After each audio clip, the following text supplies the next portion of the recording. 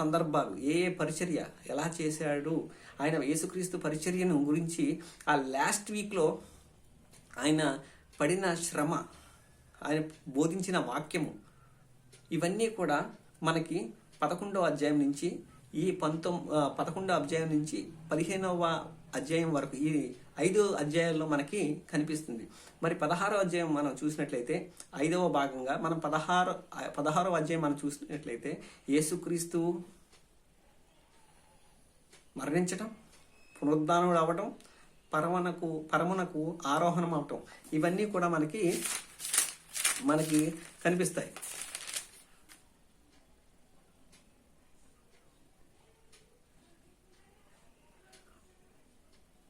అద్భుతమైన మాట ఒకటి ఉంటుందండి. ఈ మార్కు సువార్త 16వ అధ్యాయము 15వ వచనంలో ఒక అద్భుతమైన మాట ఉంది. అది ఏంటి అంటే, మీరు సర్వలోకమునకు వెళ్ళి సర్వ సృష్టికి సువార్తను ప్రకటించుడి. ఏం చెప్పాడు అంటే, ఆయన ఎవరైనా అండి బ్రతుకున్నప్పుడు కంటే మరణ వాంగ్మూలం చాలా విలువైంది. మరణ వాంగ్మూలం కానీ మరణించేటప్పుడు ఎవరైనా ఒక విషయం చెప్తే దానికి చాలా ప్రాముఖ్యత ఉంటుంది. యేసుక్రీస్తు వెళ్ళిపోతున్న సమయంలో మళ్ళీ ఆయన ఇంకా ఇప్పటికీ ఆయన శారీరకంగా కనిపించరు. ఆయన వెళ్ళిపోతూ చివరిగా చెప్పిన మాట ఏంటి అంటే, చూడండి ఏం చెప్పాడంటే, మీరు సర్వలోకమునకు వెళ్ళి సర్వ సృష్టికి సువార్తను ప్రకటించుడి. నమ్మి మొదటగా ఏం చేయాలంట, యేసుక్రీస్తు ప్రభువు అని నమ్మాలి. నమ్మి ఆయన రక్షకుడుగా, ఆయన ప్రభువుగా, నీ కొరకు నా కొరకు ఆయన ఈ లోకానికి వచ్చి నా పాపాన్ని సిలువ మీద కొట్టివేసి ఆయన నిన్ను నన్ను పరిశుద్ధులుగా తీర్చారు. మన పాపాన్ని ఆయన గ్రహించి సిలువలో ఆ పాపాన్ని కొట్టివేసి ఆయన పరిశుద్ధతలో మనం జీవించాలని ఆయన మనల్ని పరిశుద్ధపరచడానికి చేసిన కార్యమే ఆ సిలువ త్యాగం. సిలువను చూసినప్పుడు మనకు ఒకటే గుర్తు రావాలండి, ఆయన త్యాగం, ఆయన ప్రేమ, ఆయన కృపాబాహుల్యం, వాత్సల్యం మనకు రావాలి. దేవుడు మనిషిని ఎంతగా ప్రేమించాడో, కుమారుణ్ణి దేవుడు తన సొంత కుమారుణ్ణే నీకోసం నా కోసం అప్పగించాడు. కారణం ఏంటంటే, నిన్ను నన్ను ప్రాణంగా ప్రేమించారు కనుక. దేవుని ప్రేమను పొందుకున్న మనము ఆయన విడిచి పాపం ఎలా చేస్తాం? చేయకూడదు. క్రైస్తవులందరికీ ఇదే ఒక నిరీక్షణ, ఇదే ఒక ఆశ. మనము ఏంటి అంటే పాపం చేయకూడదు. క్రీస్తు మన కొరకు చేయాల్సిందంతా చేశాడు. మనము ఆయన వలే జీవించాలి పరిశుద్ధంగా. తన పరిశుద్ధతను పక్కకు పెట్టి మన పాపాన్ని ఆయన తన శరీరం మీద మోసుకున్నాడు కనుక, మోసి మరణశిక్ష విధించబడింది కనుక మన పాపాల గురించి ఆయన పరిశుద్ధతను మనము ఈ లోకంలో చూపించాలనేదే క్రీస్తు యొక్క ఆలోచన ఆంతర్యం. చూసారా? మీరు వెళ్ళండి, మీరు సర్వలోకమునకు వెళ్ళి సర్వసృష్టికి సువార్తను ప్రకటించుడి. నమ్మి బాప్తిసం పొందిన వాడు రక్షింపబడును, నమ్మని వానికి శిక్ష విధింపబడును. అంతే, ఒకటే చెప్పాడండి ఆయన. మీరు వెళ్ళండి, సువార్తను ప్రకటించండి, మీ పని మీరు చేయండి. జగత్తుత్పత్తికి ముందు ఎవరైతే రక్షించబడాలని సంకల్పం నేను చేసి ఉన్నానో వారు మాత్రమే రక్షించబడతారు. మీరు చెప్పినంత మాత్రాన వారు రక్షించబడరు. కానీ ఎవరైతే ఉన్నారో ఆయన సంకల్పంలో, ఆయన ప్రణాళికలో ఎవరైతే ఉన్నారో వారు రక్షించబడతారు మనం చెప్పడం ద్వారా. మనం చెప్పకపోతే వాళ్ళు రక్షించబడలేరు. దేవుడు వారిని రక్షించాలని ఆశిస్తున్నాడు కనుక ఆ భారం నీ మీద నా మీద ఉంది. సర్వసృష్టికి వెళ్ళి మనం సువార్తను ప్రకటించాలి. మార్కు గారు అద్భుతమైన ఈ మార్కు గారు ఒకప్పుడు పరిచర్య నుంచి పారిపోయిన వాడండి. పరిచర్యను పక్కన పెట్టేసిన వాడండి. పరిచర్య అంటే భయపడిపోయాడండి. వచ్చిన శ్రమను చూసి భయపడిపోయి పరిచర్యను మధ్యలో అర్ధాంతరంగా వదిలేసి వెళ్ళిపోయాడండి. కానీ మార్కు గారికి గొప్ప మార్పు వచ్చిందండి. ఆ మార్పు ఎంతగా పౌలు గారిని సంతోషపెట్టింది అంటే, తిమోతికి రాసిన 2వ పత్రికలో 4వ అధ్యాయంలో చెప్తాడండి ఆయన. ఒక్కసారి వెళ్ళి చూసి వచ్చి ముగించుకుందాం. తిమోతికి రాసిన 2వ పత్రిక 4వ అధ్యాయము 11వ వచనమండి. చూద్దాం. లోక మాత్రమే నా యొద్ద ఉన్నాడు, మార్కును వెంట పెట్టుకొని రమ్ము, అతడు పరిచారము నిమిత్తము నాకు ప్రయోజనకరమైన వాడు. మార్కు ఒకప్పుడు నాకు ప్రయోజనకరమైన వాడు కాదు. పౌలు గారు చెప్తున్నారండి. పౌలు గారు అంటే చిన్న విషయం కాదు. పౌలు గారు అనేక సంఘాలని అనేక ప్రాంతాల్లో స్థాపించిన వాడండి. ఒకప్పుడు పౌలు గారు మార్కు వద్దు వద్దు వద్దు అని చెప్పి తీవ్రమైన వాదం, తీవ్రమైన గొడవ, ఇద్దరు స్నేహాన్ని, ఇద్దరు ఆత్మీయులను వేరు చేసేసిందండి మార్కు యొక్క ఇష్యూ. మార్కు ఆ రోజు సస్యమేర వద్దంటే వద్దని చెప్పిన పౌలు గారు, మార్కు గారిలో వచ్చిన మార్పును ఆ రోజు మళ్ళీ పౌలు గారు చూసినప్పుడు పౌలు గారు ఎంతో సంతోషించారండి. మార్పులో వచ్చిన సంతోషానికి నిజంగా పౌలు గారు చెప్తున్న మాటలు ఏంటంటే, ఏ నోటితో అయితే మార్కు వద్దు అని చెప్పారో ఇప్పుడు అక్కడే ఆ పరిచర్యలోనే, ఎక్కడైతే ఆ పరిచర్యలో తను మన్నన పొందుతున్నాడండి. మారిపోయాడండి. మారిపోయి ఇప్పుడు ఏమంటున్నారు, సువార్తకు పరిచర్యుడు, సువార్తలో ప్రసంగికుడుగా నాకు సహకారిగా అంటలేదు, నాకు పరిచర్య చేయడానికి, నాకు పరిచర్య చేయడానికి అంటాడు కదా. నాకు పరిచర్య చేయడానికి నీవు వచ్చినప్పుడు నేను ఏమంటాడంటే, మార్కును వెంట పెట్టుకుని రమ్ము తిమోతి, నువ్వు మార్కును వెంట పెట్టుకుని తీసుకొచ్చే. అతడు ఒకప్పుడు నాకు నిష్ప్రయోజకుడే, కానీ ఇప్పుడు నాకు చాలా అంటాడు. ఏమంటాడు, నాకు చాలా ప్రయోజనకరమైన వాడు. చూడు, అతడు పరిచారము నిమిత్తము నాకు ప్రయోజనకరమైన వాడు. ఒకప్పుడు ప్రయోజనకరమైన వాడు కాదు, కానీ ఇప్పుడు మార్కు ప్రయోజనకరంగా మారిపోయాడండి. నువ్వు నేను కూడా ఎలా ఉండాలి అంటే, ఒకప్పుడు మనం పాపులమే, ఒకప్పుడు మనం దోషకులమే, ఒకప్పుడు మనం హింసకులమే, ఒకప్పుడు క్రీస్తుని బాధ పెట్టిన వాడమే. కానీ మనలో మార్పు వచ్చేయాలండి. మనం మారితే దేవుడు సంతోషిస్తాడు. దేవుడు సంతోషిస్తే మనము సుఖశాంతులతో, భోగభాగ్యాలతో, ఆరోగ్యాలతో ఉంటామండి. ఇక్కడ మనకు భూమి మీద సమాధానం, పరలోకంలో నిత్యజీవం ఆయన అనుగ్రహిస్తే దేవుడండి.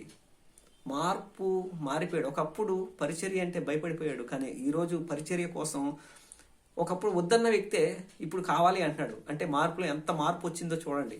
అద్భుతమైన మార్పు అండి మార్కు గారిలో. ఈ మార్కు గారి సువార్తను ఒక్కసారి మనం ధ్యానించినట్లయితే, సువార్త అంతట్లో యేసుక్రీస్తుని దైవ కుమారునిగా చెప్తూ, ఆ దైవ కుమారుడు తను తాను ఏ విధంగా తగ్గించుకున్నాడో చెప్తున్నాడు. 10వ అధ్యాయము, మార్కు సువార్త 10వ అధ్యాయము 45వ వచనం. మీలో ఇంకా పైన 44, మీలో ఎవడైనా ప్రముఖుడై ఉండగోరిన ఎడల వాడు అందరికీ దాసుడై ఉండవలెను. అంటే యేసుక్రీస్తుని ఎలా చూపిస్తున్నాడంటే దాసునిగా. మరి పౌలు గారి దగ్గర ఈ మార్కు ఏ విధంగా ఉన్నాడు? ఒక పరిచారకునిగానే ఉన్నాడు. ఒకప్పుడు పరిచర్యలో చేయలేక ఉన్నవాడు, కానీ ఇప్పుడు పరిచర్యలో నమ్మకమైన వాడు. మార్కు దేన్ని ఎంచుకున్నాడంటే పరిచర్యను, పరిచారం చేసేవాడుగా ఉన్నాడు. యేసుక్రీస్తుని ఎలా చూపిస్తున్నాడు? పరిచారకునిగా. మనం చూస్తే 45వ వచనం, మనిషి కుమారుడు అంటే యేసుక్రీస్తు పరిచారము చేయించుకున్నటకు రాలేదు, కానీ పరిచారం చేయుటకును అనేకులకు ప్రతిగా విమోచన క్రయధనముగా తన ప్రాణము ఇచ్చుటకును వచ్చెను. అలాగే అద్భుతమైన మాటలండి. మనం 8వ వచనంలో కూడా మనం చూస్తే, ఆయన శిష్యులైన వారు ఎలా ఉండాలి. అంతటా ఆయన తన శిష్యులను జనసమూహమును తన యొద్దకు పిలిచి, నన్ను వెంబడించగోరువాడు తనను తాను ఉపేక్షించుకొని తన సిలువను ఎత్తుకొని నన్ను వెంబడింపవలెను.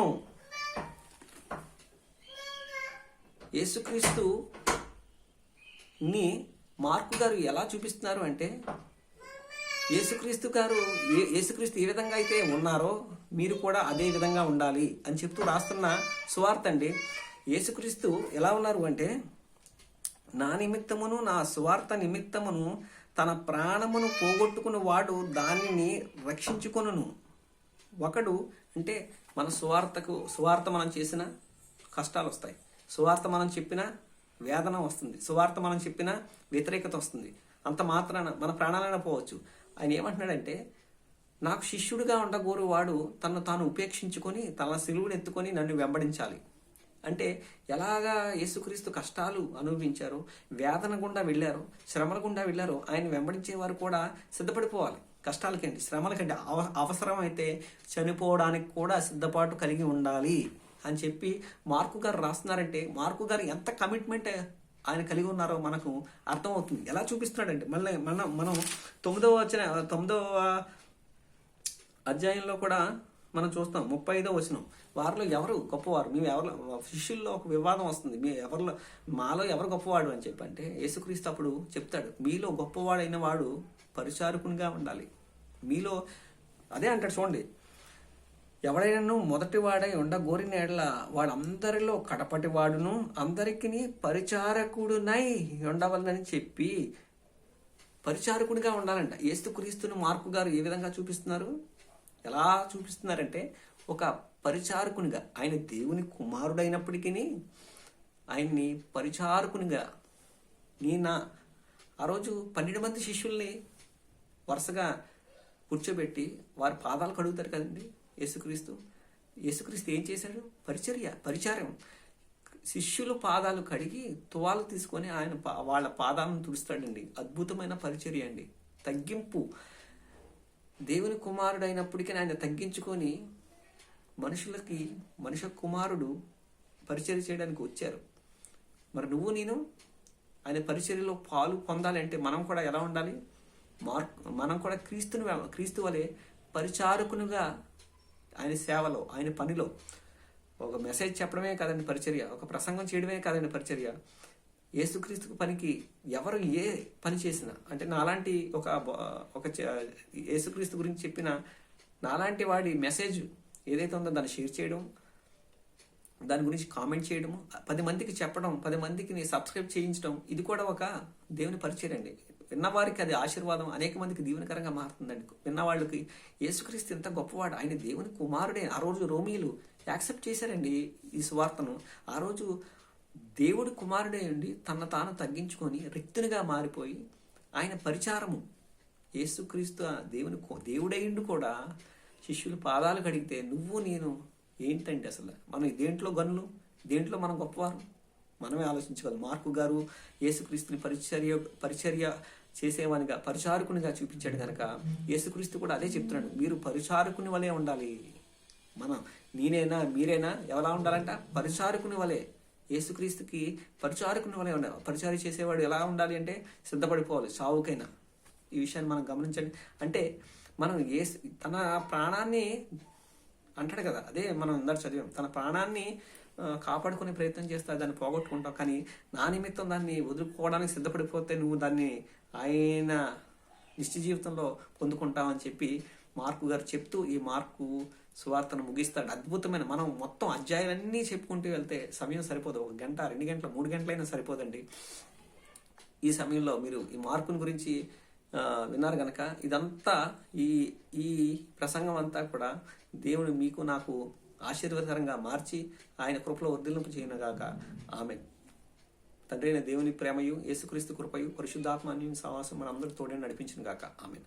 అలాగే ఈ వీడియోని షేర్ చేయండి, అప్లోడ్ చేయండి, అనేక మందికి షేర్ చేయండి, కామెంట్ చేయండి. తద్వారా ప్రోత్సహించబడి అనేక మందికి దీవెనకరంగా ఇది ఉంటుందని ఆశిస్తూ దేవుని పరిచర్యలో మీ Anand Kumar. Thank you, one and all.